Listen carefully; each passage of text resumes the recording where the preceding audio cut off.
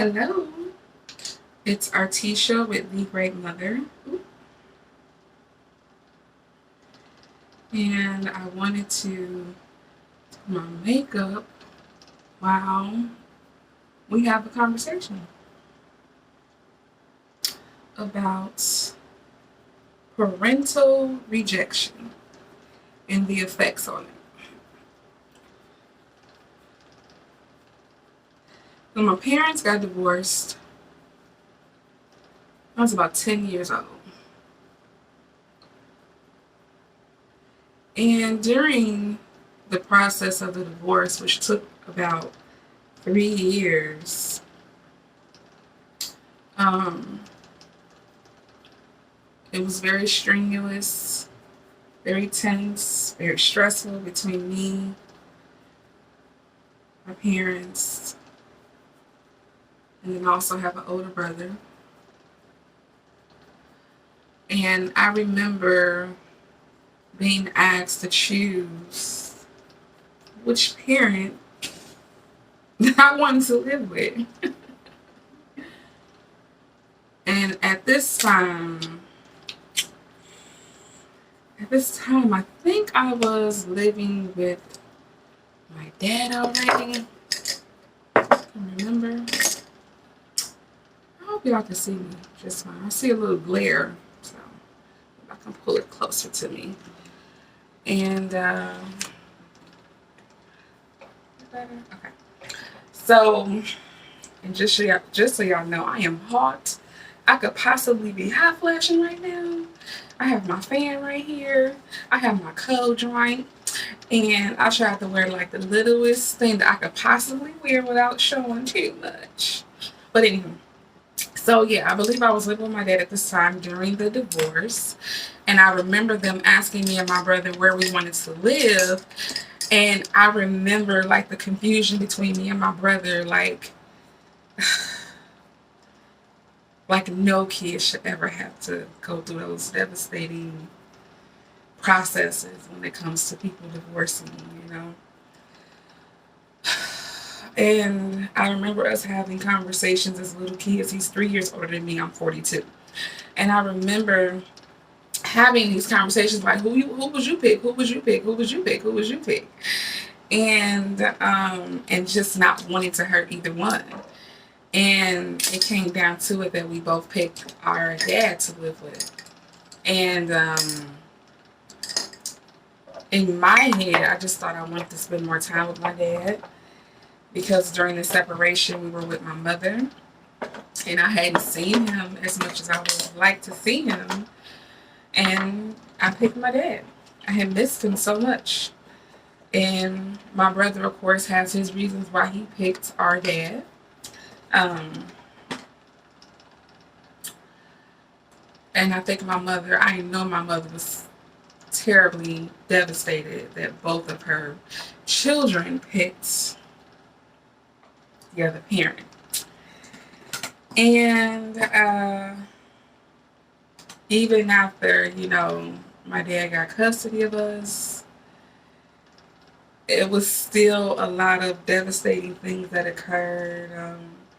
I remember wanting to talk to my mom and her not being available, whether that's, that was something on her part or whether there were other things at play that I didn't know about as a kid and I still don't know about as an adult. But I remember just having this longing of wanting to talk to her and wanting to visit her, and it didn't happen. I remember crying myself to sleep every night as a little girl, wailing, y'all, like not just silent tears, not just silent cries until I fell asleep, but crying out, I want my mommy, I want my mommy, I want my mommy. And that's how I went to sleep almost every night. I was happy that I was with my dad, but at the same time, I was missing my mother. And I want to say, because, as a kid, everything seems so, I like this filter. Everything seems so, like too much light. Everything seems so,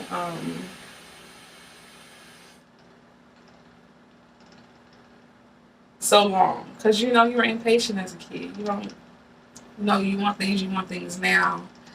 So in my head as a little kid, it felt like I hadn't seen my mother in like a year. Like it felt like a really, really, really long time that, you know, I hadn't heard from her. I would call, there'd be no answer. Now she could have been working, she could have been doing all other things, but I just remember that disconnect. It's like once we made the decision to live with my dad, boom, it was only my dad that was in our lives full time. And again, I don't know what other things were at play during that time. I just know what I remember and what I felt during that time. And it felt like rejection. My mother was angry about this. I remember her saying, you know, y'all gonna see what y'all daddy is about. Y'all gonna see. I'm like, what the hell that mean? Like, girl, you better tell me now. So I can make another decision. Shoot, don't be out here being passively threatening me. Like, girl, what kind of setup is this? For sure. Okay, no jokes. All jokes aside, but I was really depressed as a kid. In part because of my parents' divorce. I wanted us to be a family and forget about birthdays, forget about things, forget about, you know, buying me whatever I wanted. I wanted my family. I wanted my mommy and daddy to be together and live under the same household. I wanted us all to get along. La la la la la la la la. Right? And it never happened. Didn't happen. So from there, like I said, I felt the rejection of my mother. Like, you know, during that time from 10 to 14, I came on my period without her being around. Just a lot of things that a girl needs, like during that age range from 10 to 15, 10 to 14, 9, whatever, that you really need the wisdom and the emotional support of your mother that I did not have. And again, I am not blaming her. I'm telling my story. So, side note, my eyebrows will always be different. They will never be the same. And I'm fine with that. Like, I have this mole. It is what it is. At 42, it is what it is. Like, I try to do like the rock kind of arch. But again, I am not a makeup artist. I am not a professional makeup artist. So here we are. All right. So yeah, I felt that rejection real strongly, real heavy from her. And I knew that she was upset. I knew that she was angry. But in my head, I'm like, you're still my mom. I still want you around. I still want to talk to you. And I used to wear black all the time. I was very, very quiet too. I was either very quiet or I was lashing out like really loud. Like, you don't hear me. And it was just like the extremes of it all. Like, either I was quiet in my room, writing poetry, watching TV, looking through magazines, creating art, or I was having an argument with my dad and we were going at it. So,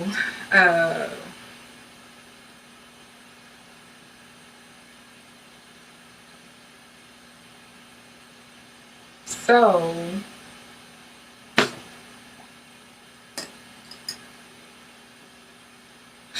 it was rough, y'all. It was really rough living with a domineering, unemotional parent. And like I said, my daddy was the provider. He was known throughout not just our immediate family, but throughout the family as being a really good provider. And he was a great provider financially. It was just, I needed that emotion. Okay?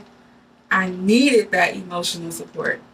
I needed that, you know, I love you.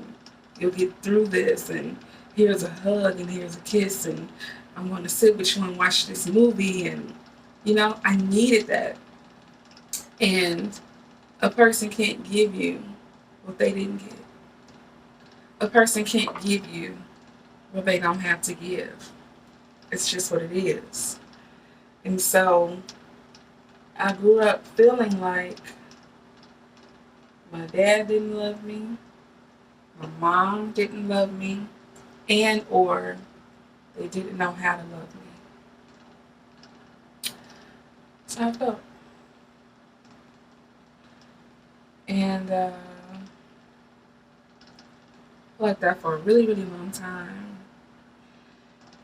And I know to other kids and other people in my family, they wouldn't understand why I felt that way as a kid because, yes, my dad always had us when he wasn't working. Yes, my dad did provide housing for us, bought us clothes, shoes, all of the things. Took us out to eat all the time, took us shopping, did all this.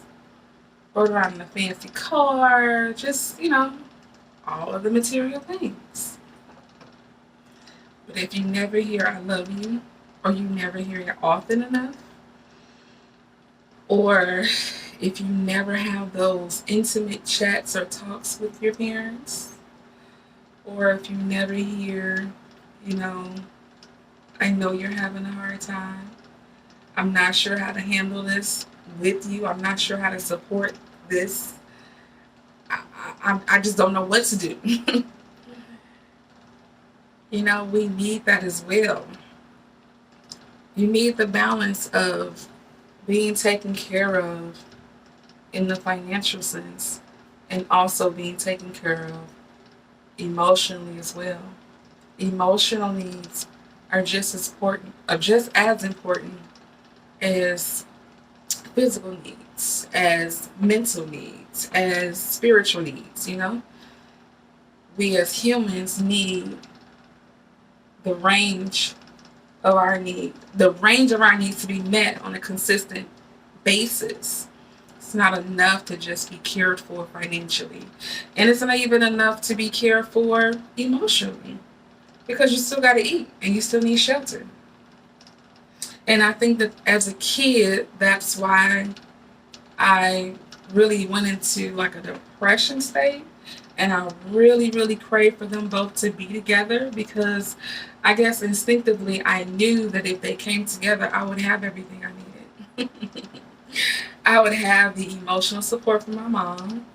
I would have the girly bonding time that I needed, which would come from my mother. I would have the hugs and kisses, which came from my mother. And I would have the financial support, which came from my dad, and the protective support, which also came from my dad. And it just didn't happen. And on top of that, I don't know why when these adults decided to put me and my brother in the midst of my parents' custody battle, that they didn't say, hey, your kid's gonna need some counseling. It was as if they thought that this wouldn't affect us at all. We made the decision. The divorce was it took place. It ended. We uprooted. We lived with our dad. And there was no follow-up. And now those things are so necessary because you're going through traumatic experiences, especially with the separation of your parents. You need as much emotional, spiritual, mental, physical support as you can gather. As much as you can find. Because kids react to it differently. Parents react to it differently. The recovery process is so different for so many families. So, we didn't get that. We literally just continued on from day to day. Like, you self-cope. And I cope with it through having an eating disorder. And my trust was so broken. Like, after that, I ain't trust nobody. Nobody. I didn't even trust my dad to cook for me. I wouldn't even eat the food, or if I did, I'd throw it up. Hence the eating disorder. I just went through a whole thing, just like not trusting people, being in great solitude, being alone in my room, and I pretty much just I read a lot. I read a lot. I remember getting my allowance and just buying a ton of magazines and makeup, and I'm a product fanatic, so buying all kind of different products, and I read a lot. I created a lot of art, and I just say to myself, oh, and also I remember with the eating disorder, I used to take Dexatron pills. Y'all remember Dexatron? Dexatron pills to help you lose weight? So I was a kid. It's like from 10, 11, 12. Not 10. I wasn't taking the pills at 10. But I think maybe between 12 and 14, I probably was taking those Dexatron pills. And the eating disorder with the Dexatron pills, I lost so much weight. And nobody asked me how I did it. Because not only did I stay in my room all the time, but I had a bike.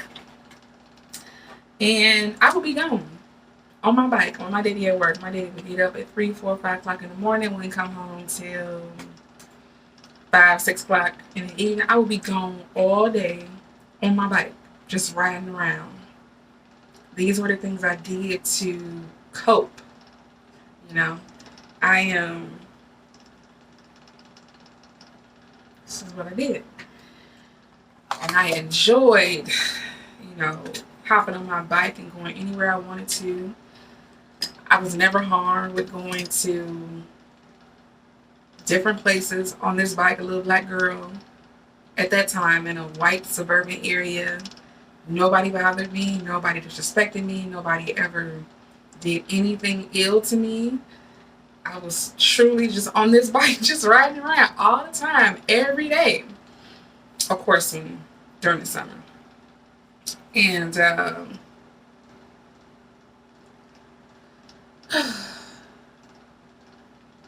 so that was initially the first time I felt rejection from my mother. And that's how I dealt with it. Now, okay, so that was between like 10 and 12. 10, 12, 13. Because by the time 13 hit, is really when I felt like the major rejection from my dad, which was when he placed me in foster care. Now, let's talk about how we got there. So, I had ran away twice. This is when I was 14. So, I can't remember why the first time I ran away. I do know I remember feeling like I was being treated unfairly. So it was just me, my brother, and my dad. And I just remember always arguing with him about how can he get to do whatever he want to do, but I can't do whatever I want to do. When I get out of school, I gotta come straight home, but then my brother gets to do all these things. And I just remember my dad being so domineering, y'all, just not letting me breathe, not letting me do anything. And just being extremely overprotective. And, it just wasn't working for me. It wasn't working for me. So I dipped. I was like, yo, we live on the lower level. First floor. Child used to cut that screen out. Not all the way though. Just that little left corner. And be gone. I did it twice. So the first time was when everybody was asleep. And I can't remember. I came back. I think I used to sneak out my window though. So I used to sneak out my window and I would come back the same way. Through my window.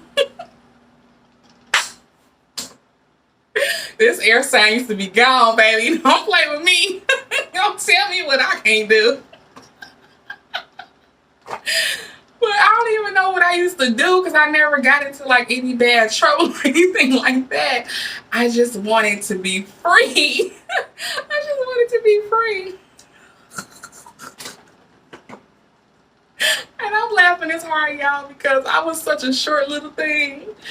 And girl, I used to be gone. Okay, gone in the motherfucking wind, gone. And come back and climb through that window and go right to sleep. And wake up like nothing even happened. But I can't remember why the first time I ran away. I do not remember. I just remember like the last time was the worst. It was the worst. We had just got back from going out to eat, and my dad was mad at me, and I don't even remember why he was mad at me. And I remember telling him I hated him or something like that. And no, that was another circumstance. I just remember him saying that he was gonna whoop me with this fucking horse whip, y'all. Because my daddy owned horses. He owned thoroughbreds, and he took care of them, and he raced them and all that. And so, of course, you know, horse equipment would be in our house. And I remember him, girl, he had these cowboy boots on, and he had this horse whip in his hand, and I was walking to my room, and he said, "You want me to whoop you with this horse whip?" Baby, you ain't got to tell me twice, 3, 4, or 5 times, okay? I already know where I'm putting go. I'm putting out this goddamn window. So, so I slammed my door. I probably did say I hate you during that time. I probably did. So I remember walking, because I was like, I'm not gonna let this man whoop me with a fucking horse whip. Like, it's not going down. It's not happening. Because I had already been, like, getting whoopings with a belt. So, could you imagine a fucking horse whip? So, he was, like, banging at the door, trying to knock the door down. And, girl, by the time he opened up that door, I was gone. I was out that window. I was out that window, baby. I was out that window. Don't play with me. And he had tried to come around to the front side to try to catch me, and he slipped and fell. Girl, I ran down that hill. I was, yeah. Don't you ever threaten to do something to me that, baby, no. A horse whip? So, yeah, so I was gone. And then the second time I ran away, I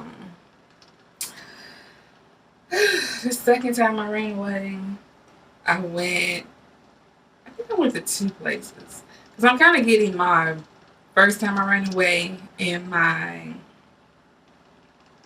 second time I ran away is blending right now. So I can't really remember which is which.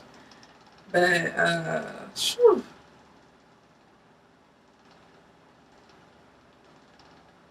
So, I went to go see my friend Michelle and her dad. And, well, her dad came home. And she was telling him, you know, what had happened. And Michelle was adopted. So I kind of felt like we could definitely relate. Because I remember feeling so different from my family. I remember feeling like I don't belong to this family. Like, legit, y'all, I really thought that I was adopted. And I used to tell my daddy, like, I know I'm adopted. I don't know why the hell y'all kept me. Like,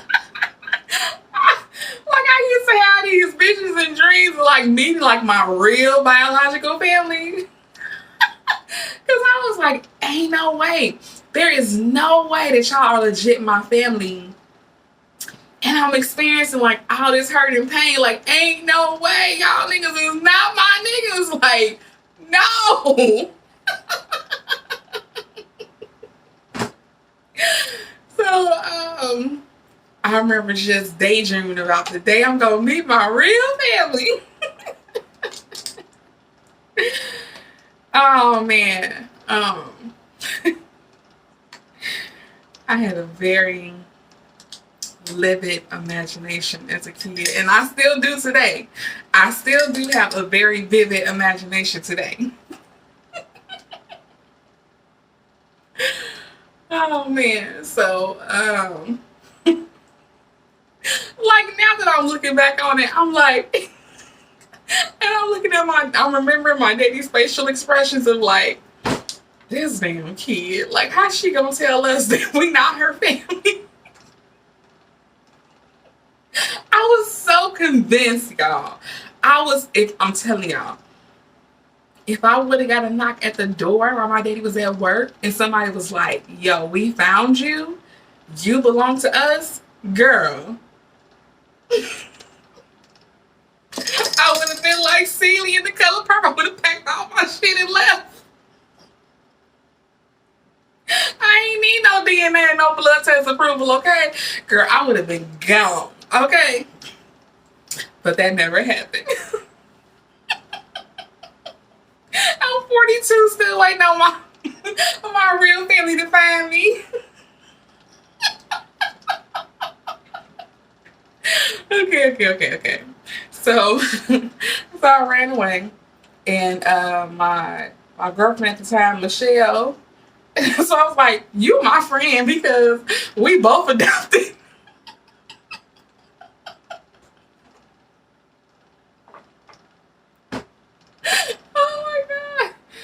Oh my god. Okay. And I know her daddy was like, "Why do we have a black girl in our house?" Because when he came home, it was like the look on his face was like, why is there a little black girl in our house? So anywho, Michelle, you know, she was adopted, like I said. Shout out to Michelle. Hey boo. And you know, she was just like being very supportive of me and very understanding. And she was like, okay, you don't want to go back to your dad, you're scared, so I'm gonna walk you to the police station. So so she's walking me to the police station. Y'all cannot see my makeup, but it is okay, because what? I am not a makeup artist. Because what? I am not a professional makeup artist, so it don't matter. It's another story. So, and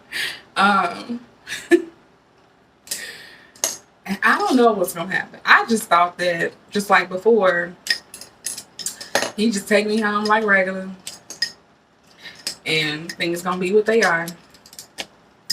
But this time they called a caseworker. They called a caseworker like this. And I really like this. And caseworker came, and she was asking questions like, you know, do you have a birth certificate? You know, because I guess he had to prove that he was my daddy. He was so upset. God, this man was so mad at this lady.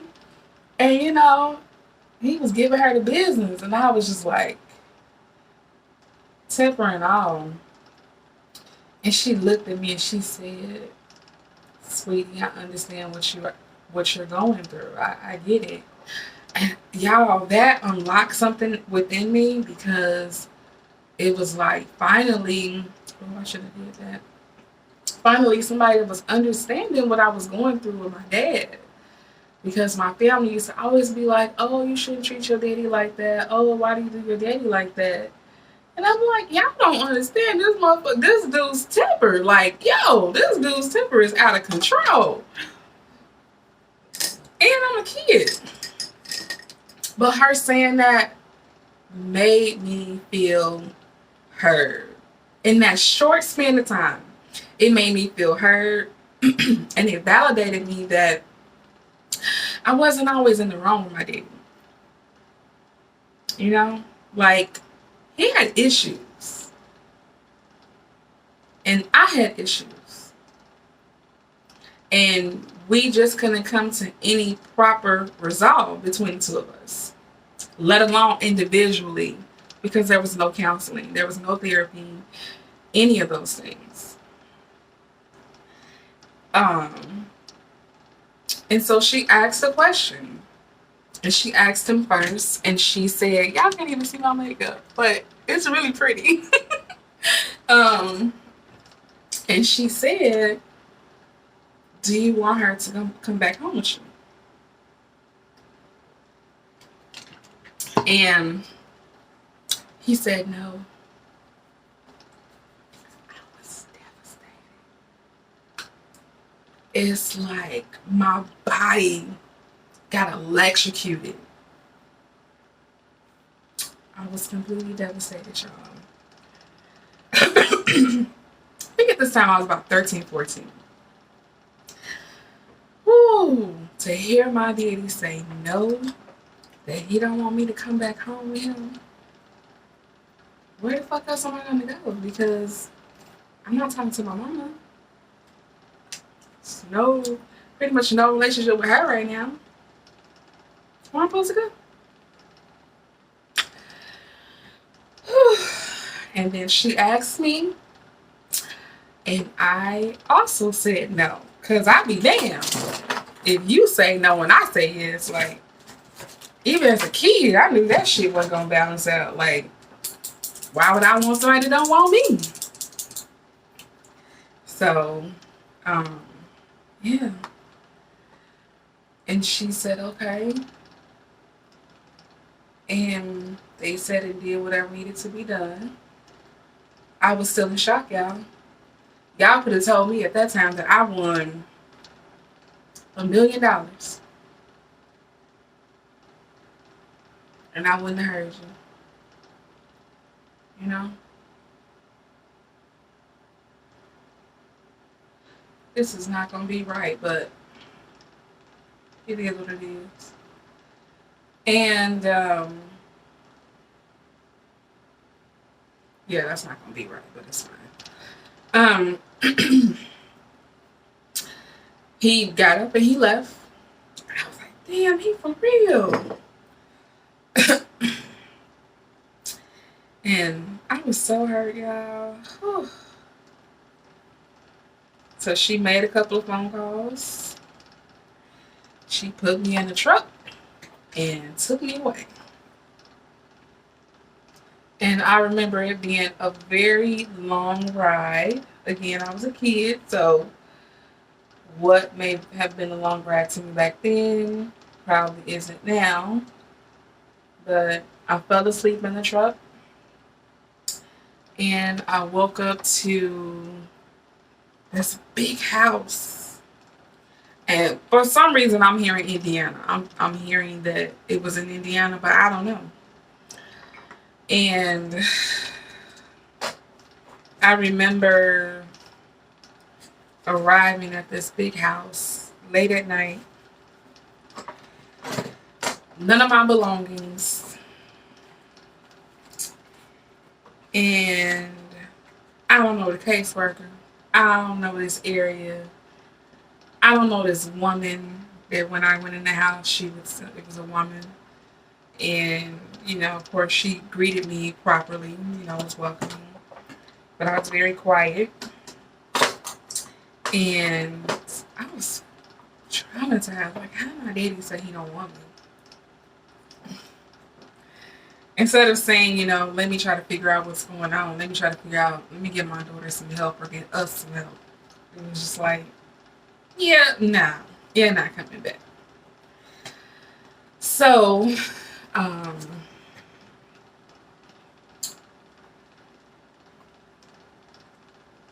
by it being so late, I remember her just saying, she was directing me to a bedroom.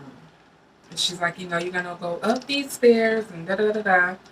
And it was a long flight of stairs. Also, because I'm short, it was a long flight of stairs. And I went in this room. It was only one bed. It was a twin bed. And it was bare wood floors. It's very clean. And I laid in that bed, closed the door, laid in the bed, and cried myself to sleep. And that was at 14, 13, 14. And that night was the loneliest night I've ever experienced. Longest night. Long, I'm sorry, loneliness. The most loneliness like night I've ever experienced. The most lonely night I've ever experienced. You understand? And the next day, came downstairs. I met the other kids that were there. I met the lady again. I signed her book that had all these names of the kids that had lived with her prior to.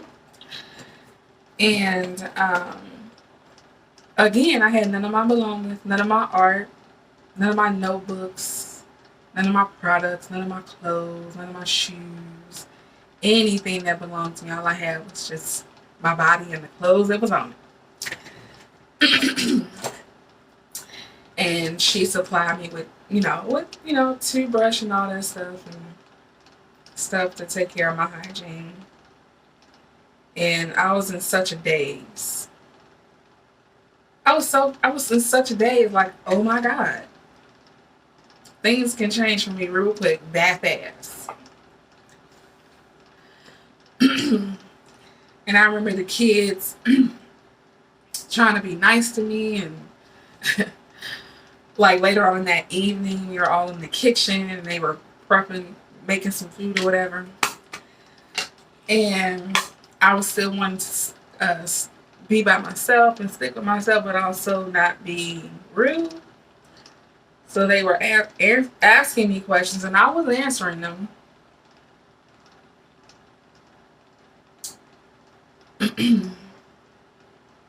But other than that, I was just keeping to myself because I was in shock. I was in fucking shock. Like, I'm not going back home. And I'm at somebody's house I don't know. I didn't even know what state I was in. I didn't know what city I was in, what state I was in. I didn't know nothing. And I didn't know if any of my family knew where I was. Any of my other family, like my mother. I just knew that this man said he didn't want me anymore. That's how I took it. And that now I was in this family's house. And so throughout my years, I've lived with that. And the rejection of your parents, whether it's intentional or not, causes you to feel like you're not enough. It causes you to feel like the very people that created me doesn't know how to treat me, love me like I need to, doesn't want to talk to me, doesn't want to live with me or want me to live with them, doesn't want to spend time with me, then what do I have to do to get that from other people? And thus, a people pleaser was created.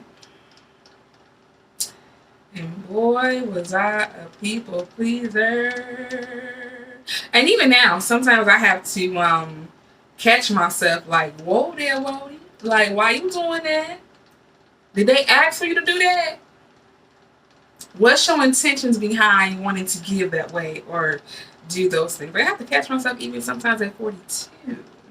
And this shit started when I was in, let's say 10, 12, 13, 14, so 32 years.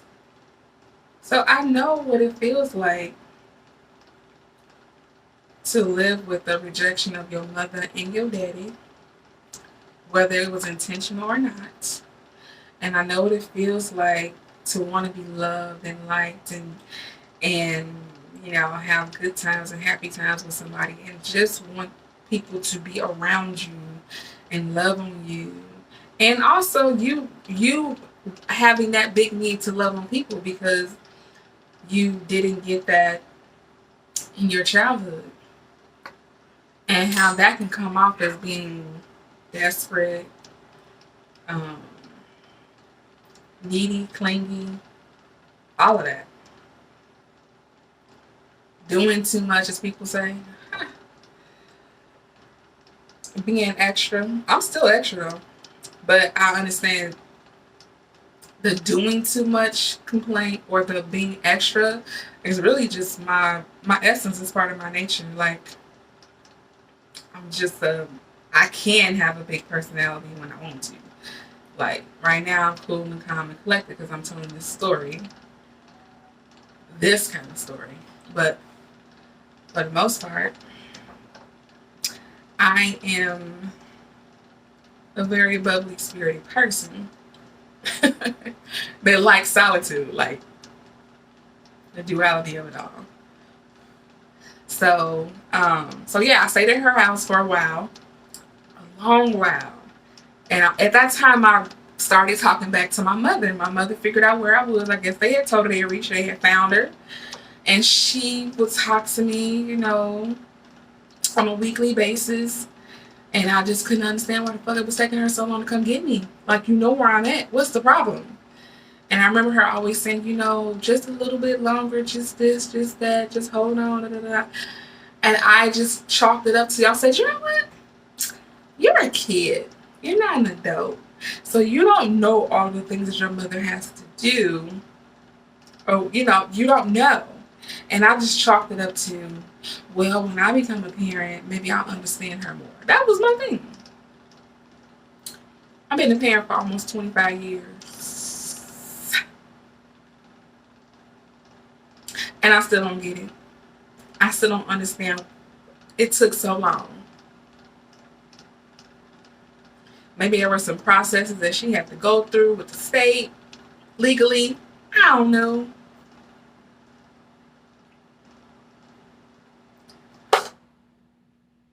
So, do y'all have this problem where y'all can put on like y'all left lash very easily, but then have a problem with your right lash, or vice versa? Because I do.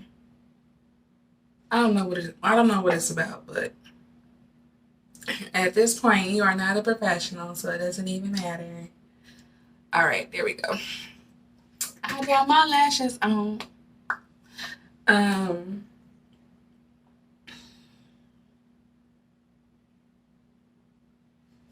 Actually, the right look better than the left. Hey, should I do them over? Yeah, the right does look better than the left. Maybe I should talk more when I'm doing my makeup. All right, so,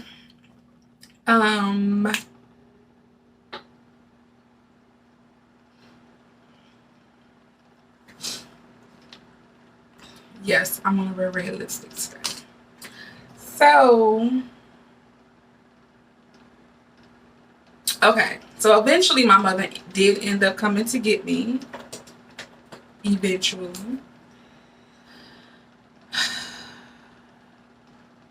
And I will say the rest for another story time. But again, like I said, the feelings of rejection from my dad and my mother caused me to be a people pleaser. It caused me to be desperate for love. It caused me to always want to just like find out what people's needs are and appease them, and never wanted to disappoint people. Like, it was bad. I remember like having things that I valued that were close to me. I would just give them away. And then I would just say, I'm gonna get another one, or it's okay, you can have it, you can have it. No one full on dang on well. These are some of my favorite things.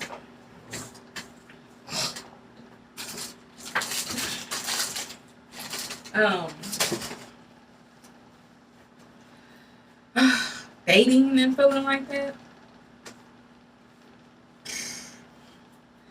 Being extremely naive and wanting to trust people. Ooh, I like this makeup girl. Hi. Okay. And yes, I do put on my lipstick before my foundation because I got the C. I got the C, girl. Um, so how did I cope with this? Because I got it from both sides. And I know that there are other people, yes, it's black lipstick, that felt the rejection from both sides. So for a long while, I blamed myself. I was like, damn, my daddy don't even want me to. So when men would come in and out of my life, yeah, that's what I expect, because my daddy didn't even want me. My mother, again, y'all, I'm not saying that this was intentional. I'm not saying that it was intentional. What I'm saying is how I felt. And nobody can tell you how you feel. Nobody can tell you how you should feel and how you feel. That's what your voice is for. So, I ain't put no concealer on. Yeah. So,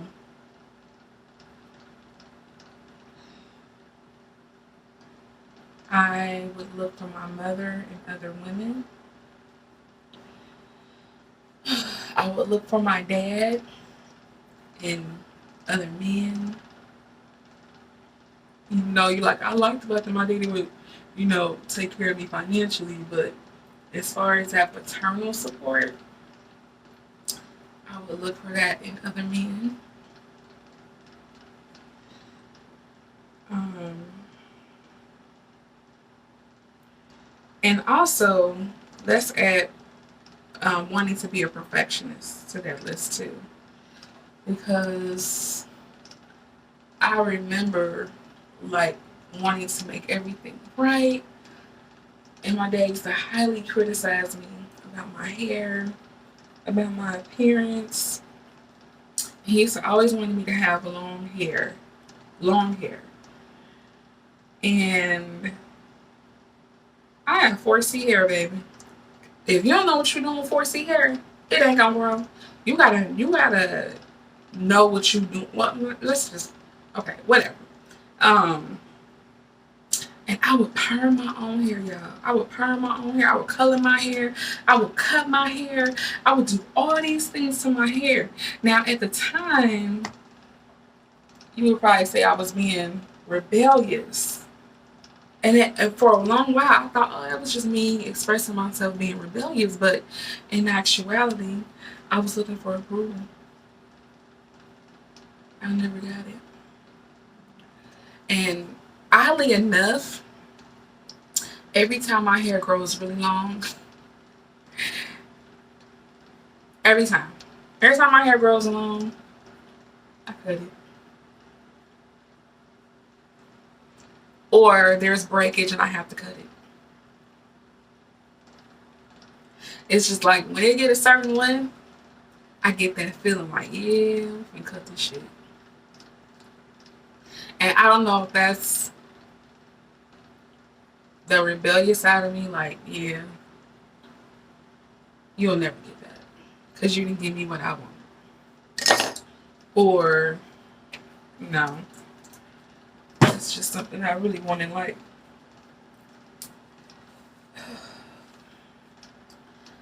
So, I'm not saying that, I've made it to the mountaintop of getting over feeling the rejection of my parents, because healing is an everyday process. You know? Healing is an everyday process. And so you'll have someday, you'll have some days where you'll be on top of the world and you'll feel super duper empowered, and you will feel like, yes, I finally healed that within myself. And then some days you will feel like, I just need my daddy to call me and tell me he loves me. I just need my mom to have a genuine, loving conversation with me today. And the question is, what do you do when you can't get that? What do you do?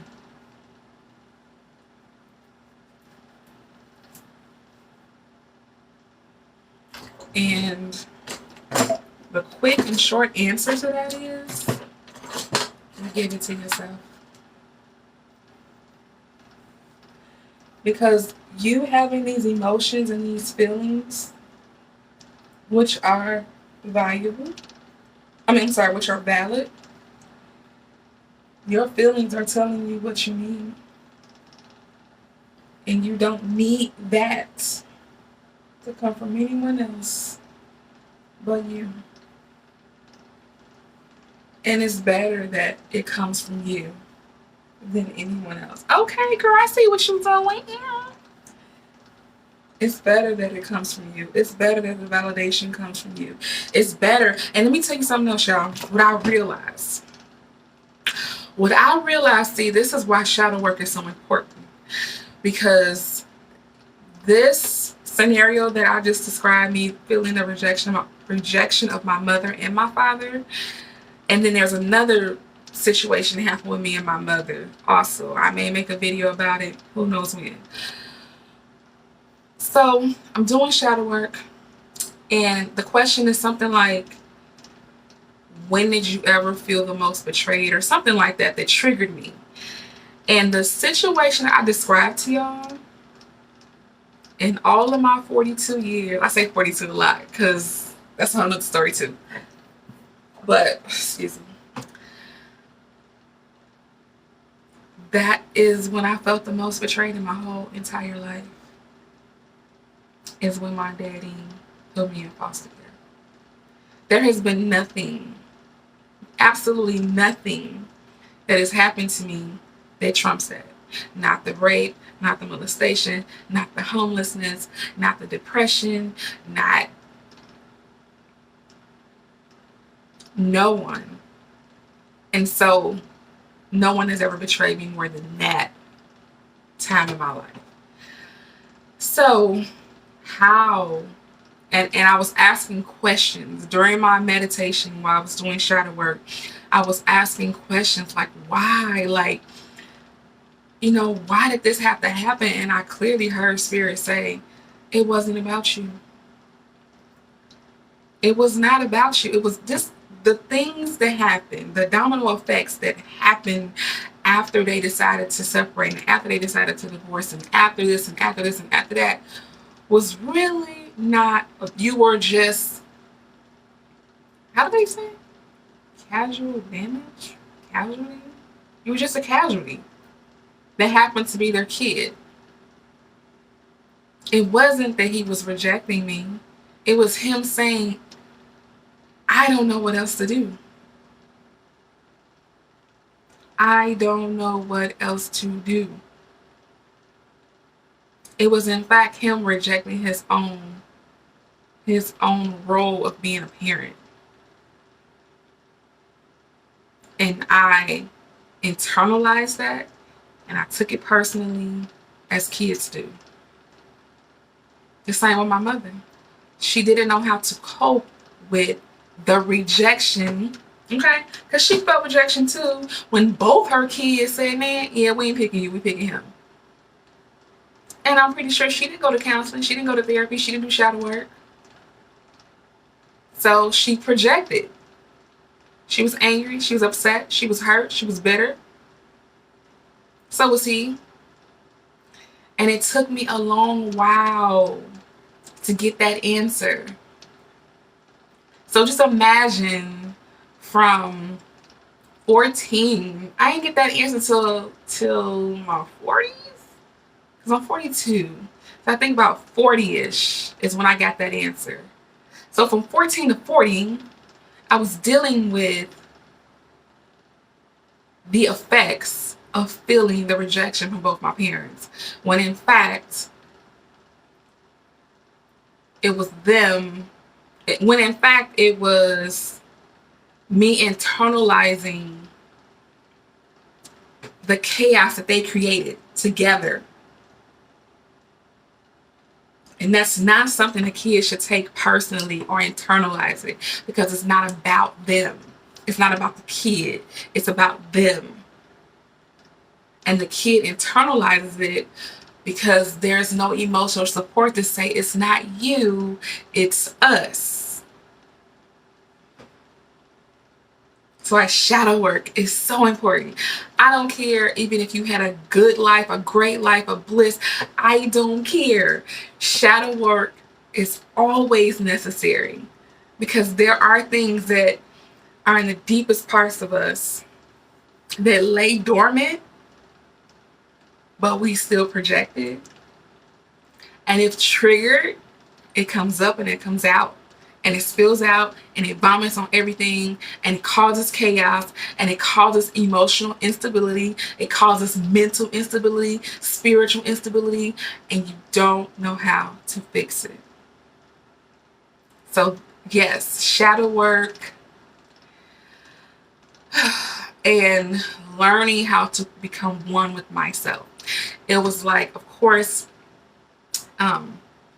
chaos, living in a chaotic environment, a chaotic family causes many fractions in your spirit, in your soul. Many fractions. You're all over the place. And the responsibility that I had, because I can't keep blaming my parents now, is bringing all of those parts back together and making myself whole. That's my job. It's not anybody else's job. Whether they want to heal with me or not, that's still my responsibility to make myself whole. Y'all, this lipstick is popping, popping. All right, so I think I'll go more in depth as to the things I've done to do the healing, because y'all, me and my Diddy now, we good. We are good. If he, gets crazy, that temper, that Sagittarius temper start coming out, girl, all right, Daddy, it's been good. All right, I'm finna let you go. He know. My mama, that Leo energy, I see you later. You know what I'm saying? So we're good. We are in the best place we've ever been in my life with both of them, because I did the work. And it did not matter whether or not they did the work or not, whether they wanted to acknowledge my feelings on a circumstance. None of that matters. That's the great thing about healing and shadow work, is that it does not matter the other person, whether they want to be a participant or not. All that matters is your willingness and your consistency on doing your shadow work, on acknowledging, on validating yourself, and learning what self-love is for you. Because self-love is different. Self-love is not the same thing for everybody, because we all have different journeys. We all have different experiences. Yes, some things will be in the middle and will be similar. We'll have similarities, but we have the left and the right as well. We have the black and the white as well. And so we meet in the gray area, but we also have that black and white side of ourselves as well, which means that we should never compare our journeys to anyone else's, because everything isn't the same. Our journeys aren't the same. I can just tell you what I've been through. I can just tell you what I experienced. and how I got through it. So maybe you can glean from this story and gather bits and pieces and not even the whole thing. And that's okay. So don't compare yourself when you're doing your shadow work. Don't compare your journeys, period. But do the shadow work. I'm gonna do a video. I really hate saying what I'm gonna do. I'd rather just do it. But shadow work is awesome. It's a fascinating gift to us. All of the traumatic things I've been through, and I'm still bubbly, I'm still happy, I'm still loving, I'm taking care of myself. Some things that happen to me that people find out, I should not even be here. But I'm here, and I'm here more abundantly. So this is my story, this is my sound. Bye.